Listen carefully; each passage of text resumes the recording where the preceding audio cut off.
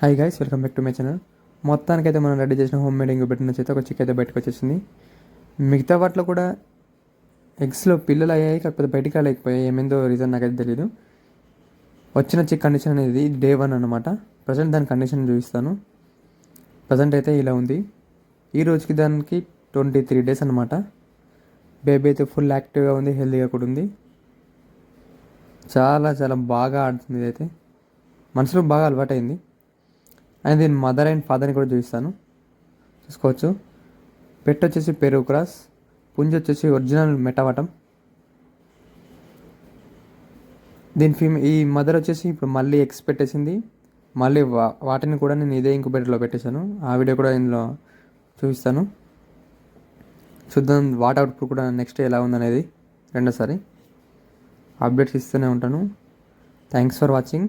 Follow for more updates.